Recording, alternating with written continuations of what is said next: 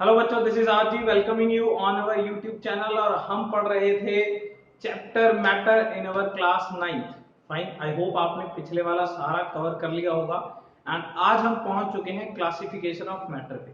देखिए, classification of matter हम पहले भी कर चुके हैं सब्सटेंसेस और मिक्सचर में, ठीक है ना। पर हमें बेसिकली क्वेरी आई थी कि क्या क्लासिफिकेशन ऑफ मैटर को किसी और वे में नहीं क्लासिफाई कर सकते? डेफिनेटली कर सकते हैं, ये आगे का पार्ट था।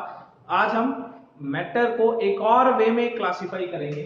So next is classification of matter. और जैसे ही हम बात करते हैं क्लासिफिकेशन शब्द की, मैं हमेशा बोलता हूं क्लासिफिकेशन का एक कोई ना कोई मुद्दा होता है, कोई ना कोई बेसिस होता है जिसपे कोई चीज कैटेगराइज की जाती है। क्लियर? एंड इसका जो आज का कैटेगराइजेशन है वो है स्टेट। फाइन, यानी कि किस स्टेट का है हमारा मैटर। फाइन, स्टेट के बिहाफ पे अगर हम देखें तो on the basis of state हमारे पास तीन तरीके का मैटर अवेलेबल है।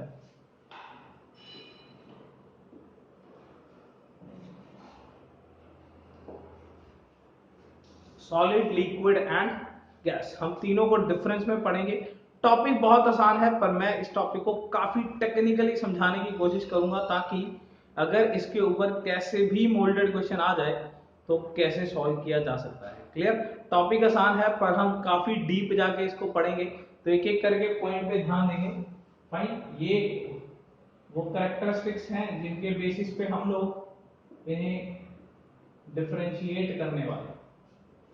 The very first is interparticle spaces। देखो, हमें भी पता है जो सॉलिड्स होते हैं, फाइन, इसके जो पार्टिकल हैं एक दूसरे के काफी क्लोज होते हैं। Fine, this is what actually a solid is. अगर मैं एक सॉलिड बनाऊं तो उसके पार्टिकल एक्चुअली में कुछ इस तरीके से होते हैं। They are so much closely packed with each other। मैं कह सकता हूं solids are closely packed। Fine, इसका मतलब इंटर मतलब दूसरा पार्टिकल के साथ स्पेस यहां पे सबसे क्या है, कम है। फाइन, यानी कि इंटर पार्टिकल स्पेसिस की अगर मैं बात करूं तो यहां पे क्या है, मिनिमम है। क्लियर? अगर हम यही बात लिक्विड्स के अंदर करें, अगर हम कोई लिक्विड मैटर लें तो रिलेटिवली इसके जो पार्टिकल्स हैं वो इतने क्लोज नहीं हैं। क्लोज तो है पर इतने क्लोज नहीं है।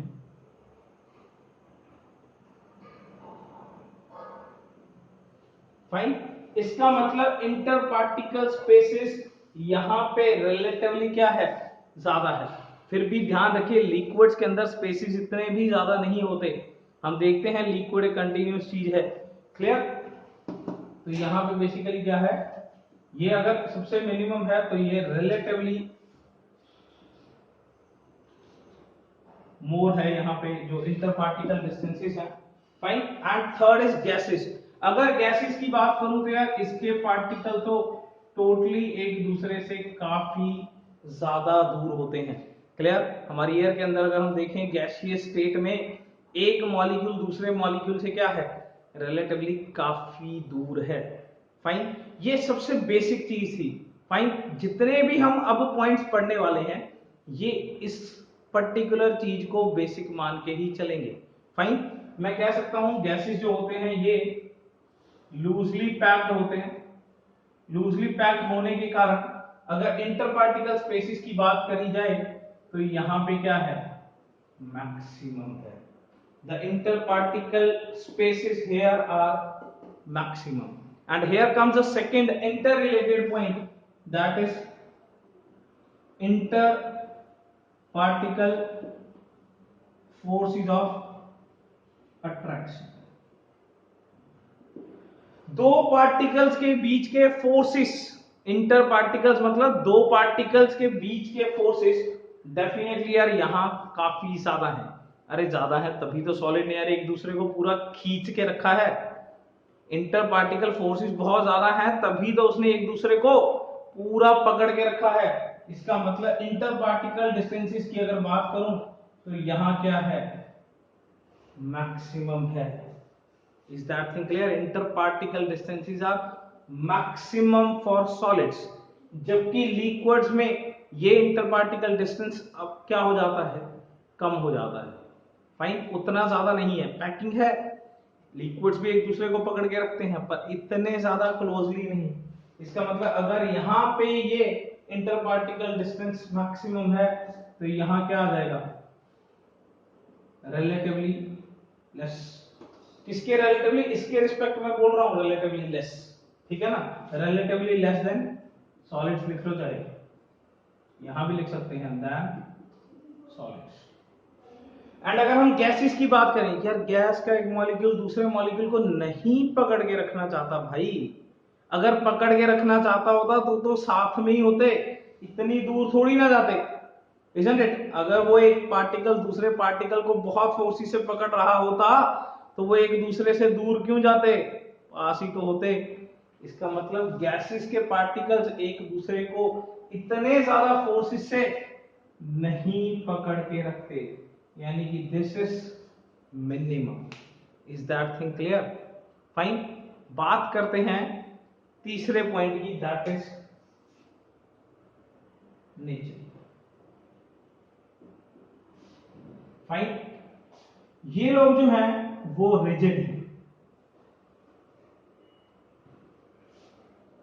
ये लोग फ्लूइड्स हैं और हाई फ्लूइडिटी है गैसेस की। फाइन, बिफोर हम इनका डिफरेंस समझें, पहले तो यार एक बात समझने की जरूरत है, रिजिड और फ्लूइड क्या है। रिजिड है यार जो पक्की हार्ड चीज है, रिजिड क्या है, हार्डनेस को डिफाइन कर रहा है, क्लियर। जबकि फ्लूइडिटी क्या है, those who have the tendency to flow. Fine, fluidity क्या है, who has the tendency to flow, जो फ्लो कर सकते हैं उन्हें हम क्या बोलते हैं, फ्लूइड्स। आपने देखा है कभी सॉलिड फ्लूइड करते हुए या फ्लोट करते हुए, या सॉरी मतलब फ्लो करते हुए, फ्लोट तो कर सकता है, फ्लो की बात है। मार्कर को कभी देखा है क्या, ये यहाँ पे पड़ा है और धीरे धीरे बह गया, ऑब्वियसली नॉट पॉसिबल। फाइन, पर अगर हम लिक्विड की बात करें, डेफिनेटली लिक्विड्स कैन फ्लो, वो फ्लो कर जाते हैं। और गैसेस, गैसेस तो कर ही रहे हैं, गैसेस तो लगातार रैंडम मोशन में है, जबकि सॉलिड्स में ऐसा नहीं है। इसलिए सॉलिड्स नेचर में क्या है, रिजिड है, हार्ड है। फाइन, जबकि लिक्विड्स क्या है, फ्लूइड्स हैं, they have the tendency to flow. Fine, अगर मान लीजिए कि मैं यहां पे किसी ऊंचाई पे कोई सॉलिड रख देता हूं स्लैंटिंग हाइट पे, यार सॉलिड को कोई फर्क नहीं पड़ने वाला, लिक्विड बह जाएगा, they have the tendency to flow. और गैसेस, यार गैसेस तो फिरती रहती हैं, उनको कोई फर्क नहीं पड़ता, they are highly fluid. Fine, या दे हैव हाई फ्लूइडिटी, वो तो यार फ्लो ही करते रहते हैं। अब यहां पे कई बार क्वेश्चन अराइज होता है, क्या हर हार्ड चीज ही सॉलिड है?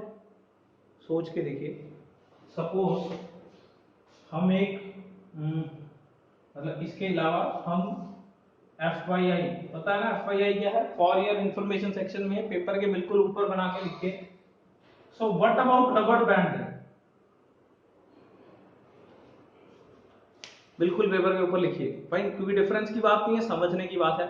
रबर बैंड की बात करते हैं, रबर बैंड क्या है, सॉलिड है, लिक्विड है, ये क्या है, वो तो यार हार्ड नहीं है।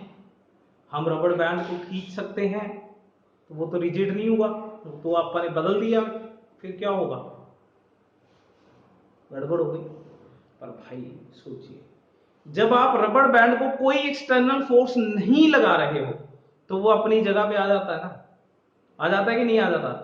Rubber band retain their position, यानी कि retain their state, that's why this is what, this is solid. Rubber band solid है क्योंकि वो अपनी पोजीशन को, अपनी स्टेट को रिटेन कर सकता है। यार आप एक्सटर्नल फोर्स जब छोड़ देते हो तो वापस उसी पोजीशन पे आ जाता है ना, वो ऐसा तो नहीं है ना कि फ्लो कर गया वापस ही नहीं आएगा। इसलिए रबड़ बैंड क्या है, सॉलिड है। फाइन, इसी के साथ एक और भी क्वेश्चन अराइज होता है दिमाग में, sponge, what about sponge? Sponge है, दबाया हमने तो शेप बदल गई उसकी, अब फिर क्या क्या हो गया, हार्ड तो नहीं है वो, रिजिड भी नहीं है, फिर क्या वो सॉलिड है? डेफिनेटली है, क्योंकि आपके दबाने से होता क्या है कि स्पॉन्ज के अंदर जो जगह जगह पे गैस बबल्स ट्रैप्ड हैं वो निकल जाते हैं। यानी कि कौन निकल रहा है, उसके अंदर की प्रेजेंट गैस निकल रही है, सॉलिड को घंटा फर्क नहीं पड़ रहा। स्पॉन्ज में जो सॉलिड पार्टिकल्स हैं वो वैसे ही हैं भाई, आप उसे दबाओ वापस ले आओ, सॉलिड पार्टिकल ना तो दबने वाले हैं, मैं एक सॉलिड हूं, तुम दबाओ घंटा फर्क नहीं पड़ने वाला, ठीक है ना। फाइन, गैस को अगर हम दबाएंगे तो पूरा पक्का फर्क पड़ता है। Is that thing clear? तो स्पॉन्ज भी क्या है, डेफिनेटली एक सॉलिड है। फाइन, हम हमेशा रिजिड से नहीं देखते, इनके अंदर फ्लो करने की कोई टेंडेंसी नहीं है यार, ना स्पॉन्ज फ्लो करता है ना रबड़ बैंड फ्लो कर रहा है। माना आप एक्सटर्नल फोर्स से खींच के या दबा के, एक्सटर्नल फोर्स से इसकी जो स्टेट है इसको खराब करने की कोशिश कर रहे हो, पर स्टेट नहीं खराब हो रही, शेप खराब हो रही है, स्टेट नहीं खराब हो रही। फाइन, और इसकी वो शेप दोबारा रिटेन भी हो जाती है। क्लियर? यहीं से हमारे पास फोर्थ पॉइंट आता है, that is shape and volume. Let's have it. Fourth है शेप एंड वॉल्यूम। क्लियर? मैंने स्ट्रक्चर को काफी, मतलब ये जो इनके बीच में कोर लेवल जो डायग्राम है उसको काफी क्लियर कर लिया है। फाइन, तो शेप एंड वॉल्यूम की अगर मैं बात करूं तो देखो सॉलिड्स का डेफिनेट शेप है and definite he volume. Fine, solids have definite shape and definite volume. Clear? Liquids have definite shape but indefinite volume, और इसके लिए दोनों ही क्या है, indefinite shape and volume। चलते हैं इस बात के ऊपर, डेफिनेट क्या है, पक्का, यानी कि जो फिक्स्ड है। सॉलिड्स का शेप फिक्स्ड है भाई, ये मार्कर ऐसे ही रहने वाला है, इसकी शेप नहीं बदलने वाली, मैं कुछ नहीं फर्क पड़ा, वैसा ही है, डेफिनेट शेप है। एंड वॉल्यूम, जितना इसने घेरा हुआ है उतना ही वॉल्यूम घेरेगा। अगर मैं इसको तोड़ के इसके दो हिस्से, अल्टीमेटली सेम ही वॉल्यूम है, सरफेस एरिया बढ़ गया, वॉल्यूम सेम ही है। क्लियर? सॉलिड्स का वॉल्यूम भी क्या होता है, सेम, एंड शेप भी क्या होती है, सेम, ये बदलती नहीं है। क्लियर? जबकि लिक्विड्स के लिए एक बात फेमस है, फाइन, ये उस बर्तन का, उस कंटेनर का रूप धारण कर लेते हैं जिसमें ये डाला जाता है। पानी को ग्लास में डाला तो ग्लास की शेप में आ गया, और पानी को आप जग में डालोगे तो जग की शेप में आ गया, किसी और बीकर में डालोगे तो उस बीकर की शेप में आ जाएगा। फाइन, तो लिक्विड्स के लिए क्या फेमस लाइन है, फाइन, क्या फेमस लाइन है, द शेप या the shape of the liquid is the shape of the container. जो कंटेनर का शेप है वही हमारे लिक्विड का शेप है। फाइन, तो बेसिकली गलत लिख दिए गए यहाँ पे, इनडेफिनेट शेप आना चाहिए था, जबकि वॉल्यूम क्या है, डेफिनेट है। वॉल्यूम तो डेफिनेट है, मतलब बड़ी सिंपल सी बात है कि अगर हम बात करें, हमारे पास 5 लीटर पानी है, वो हमने बकेट से निकाल के किसी और कंटेनर में डाल दिया है, तो यार 5 लीटर तो 5 लीटर ही रहने वाला है। Is that clear? ये सही कर लेंगे, हमने पहले यहाँ पे इनडेफिनेट लिख दिया, ये डेफिनेट है, वॉल्यूम डेफिनेट है, जबकि शेप डेफिनेट नहीं है। शेप तो जिस बर्तन में डालोगे, बाल्टी में डालोगे बाल्टी जैसा हो जाएगा, अगर आप ग्लास में डालोगे ग्लास जैसा हो जाएगा, किसी और कंटेनर में डालोगे किसी और कंटेनर जैसा हो जाएगा। इसलिए शेप डेफिनेट नहीं है, corrected, this is shape, correct, definite नहीं है, जबकि वॉल्यूम क्या है, पूरा पूरा डेफिनेट है। 5 लीटर का पानी भाई दूसरे कंटेनर में रख के 10 लीटर का नहीं हो जाएगा। अगर ऐसा होता तो मैं सारा दिन दूध ही बनाता। Is that clear? Fine. Next is gas. Gas के लिए दोनों ही चीजें क्या है, इनडेफिनेट। आप 1 लीटर के कंटेनर में से निकाल के 2 लीटर के कंटेनर में वो गैस रख दीजिए, वो गैस 2 लीटर जगह ऑक्यूपाई कर लेगी। एक बात हमेशा याद रखना, इससे गैस पार्टिकल्स की गिनती नहीं बढ़ रही, वो उतने ही है, पर वो क्या है, ज्यादा फैल जाते हैं। बिकॉज गैसेस को एक दूसरे से लगाव नहीं होता ना, तो वो उतने ज्यादा जगह में फैल जाते हैं। पार्टिकल अगर 4 है ना तो 4 ही रहेंगे, ये बात हमेशा याद रखना। अगर मैं इसको बड़े कंटेनर में कर देता हूं, सपोज इसको और बड़े कंटेनर में कर देता हूं, पार्टिकल और खुल जाएंगे, पर रहेंगे तो 4 ही। Is that clear? पर इसका शेप इस बात के ऊपर डिपेंड करता है कि आप कौन से कंटेनर में रख रहे हैं, एंड इसका वॉल्यूम भी इस बात के ऊपर डिपेंड करता है कि आप कौन से कंटेनर में रख रहे हैं। जितना बड़ा कंटेनर होगा ये तो उतनी जगह ऑक्यूपाई कर लेंगे, कंप्रेस कर दोगे तो उतनी कम में भी आ जाएंगे। सोच के देखो जरा, वो जो गुब्बारों में गैस भरने वाला भाई होता है, उसके पास एक छोटा सा सिलेंडर होता है, फाइन, उसके पास एक छोटा सा सिलेंडर होता है, और अगर हम उसके हिसाब से देखें ना तो हमें लगता है कि शायद 2 या 3 गुब्बारे भरे जाएंगे इससे, और वो कितने गुब्बारे भर देता है। इसका मतलब उसने वो जो गैस होती है ना वो काफी कंप्रेस करके रखी हुई होती है। वो गैस को गुब्बारे में डालता है, वो गुब्बारे जितना वॉल्यूम ले लेता है, फिर दूसरे गुब्बारे में डालता है, दूसरे गुब्बारे जितना, भरता ही जाता है, भरता ही जाता है। अगर उस गैस को पूरे कमरे में भी छोड़ दूंगा ना, पूरी गैस उस कमरे में आ जाएगी। एक हॉल में छोड़ दूंगा तो पूरे हॉल में आ जाएगी।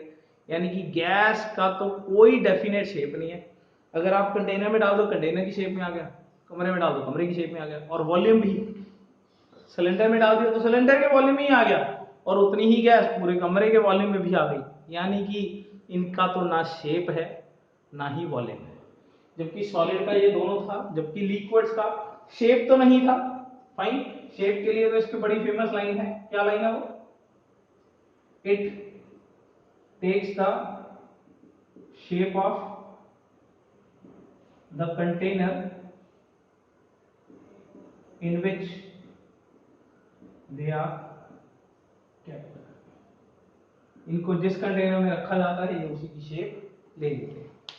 फिर यहां पे भी एक क्वेश्चन आता है, वो क्वेश्चन क्या है, सपोज आपके पास चीनी है, काफी ज्यादा चीनी है, ठीक है ना, इसको आपने किसी रेक्टेंगुलर बॉक्स से निकाल के एक सर्कुलर बाउल के अंदर रख दिया, इजंट इट, शेप बदल गई। शुगर का वो शुगर क्या है, सॉलिड चीज है, पर अगर आपने उसको निकाल के बाउल में रख दिया, शेप तो बाउल वाली आ गई। तो सॉलिड तो क्या था, सॉलिड तो डेफिनेट शेप वाली चीज थी, पर अपना तो वॉल्यूम वो बदल गया। वॉल्यूम तो नहीं बदल सकता, पर क्या बदल गया, शेप बदल गई, बाउल की शेप में आ गया। देखो अगर आधा किलो थी, जितना वॉल्यूम उसने घेरा हुआ था वॉल्यूम तो उतना ही है, पर शेप तो बाउल का आ गया। ये क्या गड़बड़ हो गई फिर, सॉलिड तो डेफिनेट शेप वाले लोग हैं। तो यार भाई सॉलिड के पार्टिकल का शेप थोड़ी ना बदला है, वो तो वैसा ही है, जैसा था वैसा ही है, उसका शेप नहीं बदला। वो तो कंटेनर अलग है जिसमें हमने रखा है, सॉलिड तो वैसा ही है। एक शुगर का पार्टिकल अपने आप में एक क्यूबिकल यूनिट होता है, छोटा सा क्यूबिकल यूनिट होता है, वो वैसा ही है, उससे कोई फर्क नहीं पड़ रहा है। Clear? So solids have definite shape and definite volume, जबकि liquids indefinite shape definite volume, and यहाँ पे indefinite shape and indefinite volume. यहाँ पे हमें कौन सी 2 एग्जांपल्स को याद रखना है, एक तो भाई बैलून वाला, और एक जो हमने शुगर क्रिस्टल का एग्जांपल समझा है, ठीक है ना। शुगर क्रिस्टल सॉलिड्स ही होते हैं, एंड बैलून्स के अंदर are filled by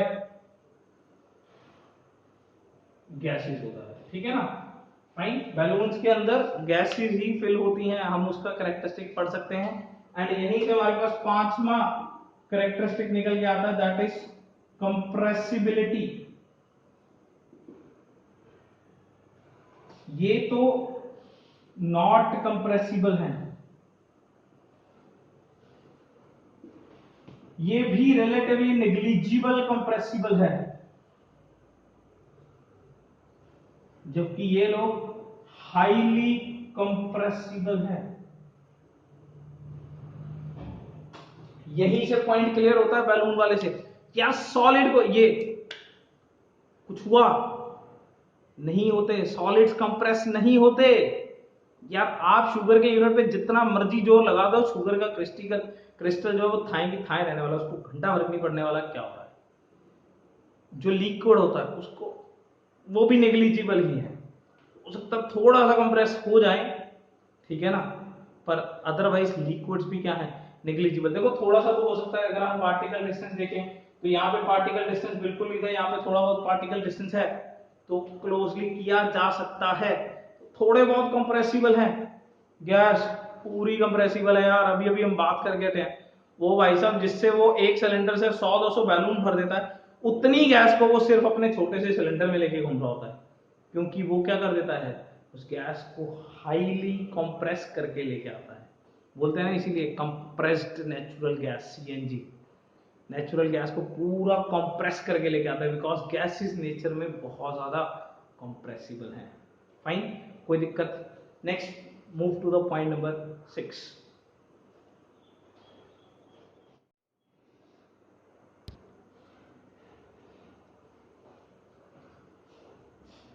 So point number 6 is density. Fine, density क्या है? Find closeness of the molecules या closeness of the atoms या particles। जितना ज्यादा क्लोजनेस होगी उतनी डेंसिटी ज्यादा होगी।